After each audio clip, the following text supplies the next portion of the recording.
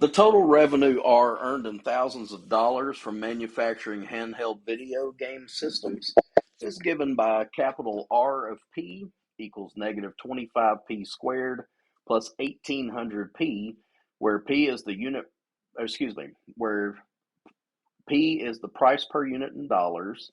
It's also called a unit price. Find the unit price in dollars that yields a maximum revenue and give that maximum revenue. Okay, so P is in dollars, capital R is in thousands of dollars. Since we are looking at a revenue curve and the quadratic term is negative, we know that that's going to be a parabola that opens downward. The graph is at your bottom right. When we mark the top of the hill, so to speak, and that's called a vertex, we will start by finding unit price, P, and then finding max revenue, R. In order to find the unit price, our first variable, we calculate minus B over 2A using the numbers from our formula. B is 1800, so we have negative 1800. A is negative 25, so that's over 2 times negative 25. The negatives cancel. 1800 over 50 is $36 per unit.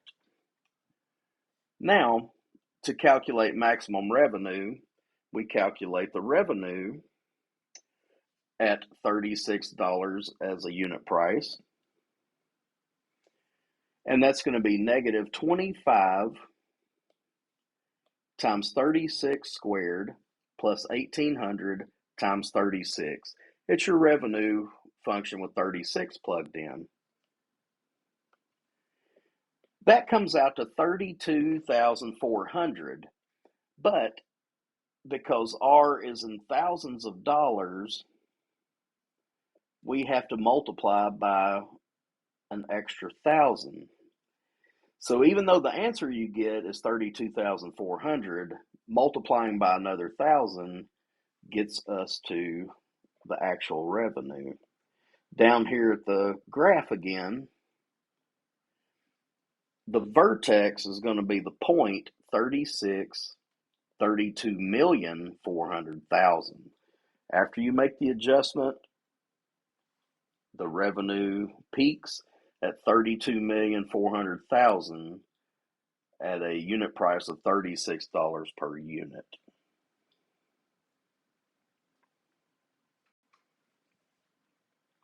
A rancher has 200 feet of fencing to enclose 2 adjacent rectangular corrals. When you look at the corrals, you have 2 X's across the front, a Y down the side. As far as total fencing goes, you have 4 X's total, front and back, and 3 Y's. 200 feet of fencing total, so 4X plus 3Y equals 200. Area is length times width, so that's 2X times Y. Instead of trying to solve for 2 variables, let's solve for 1. Take your fencing equation, minus 4X on both sides, divide by 3, and that gives you Y in terms of X.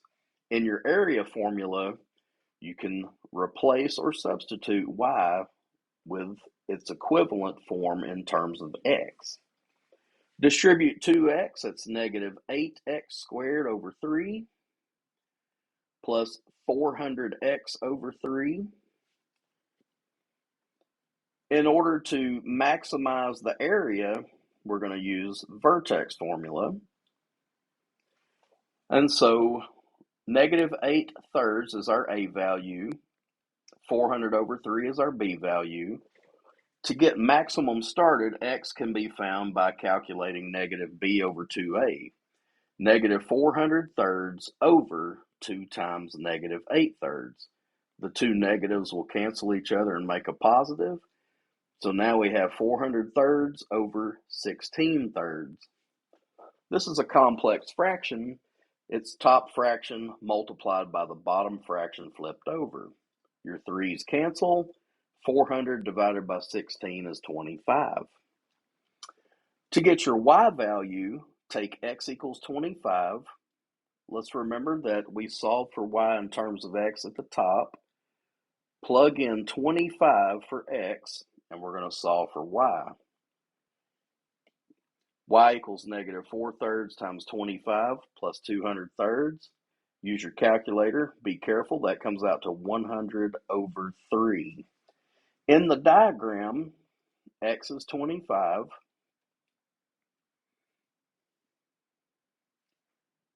So each corral is going to be a 25 by 100/3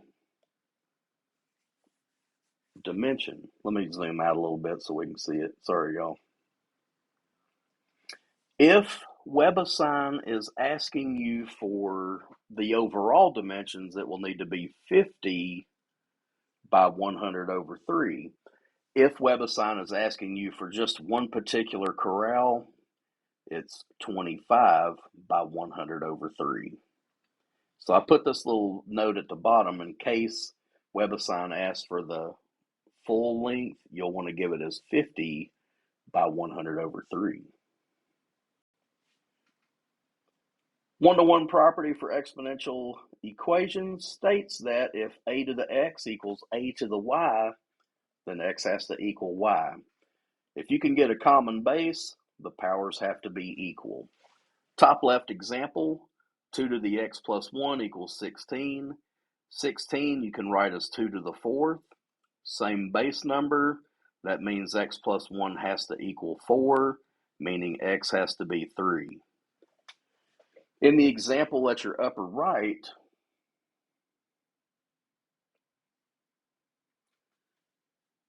we're going to use a property of exponents. If an exponent is negative, you can move your term across a fraction bar and the power becomes positive, and vice versa. Using that, 1/2 to the positive x will be equivalent to 2 flipping that over to the negative x. When you move across a fraction bar, you change the sign of your power. 128 is 2 to the 7th power. If you multiply 7 2's together, you get 128. Same base, that means the powers have to be equal. Negative x equals 7, as long as x equals negative 7.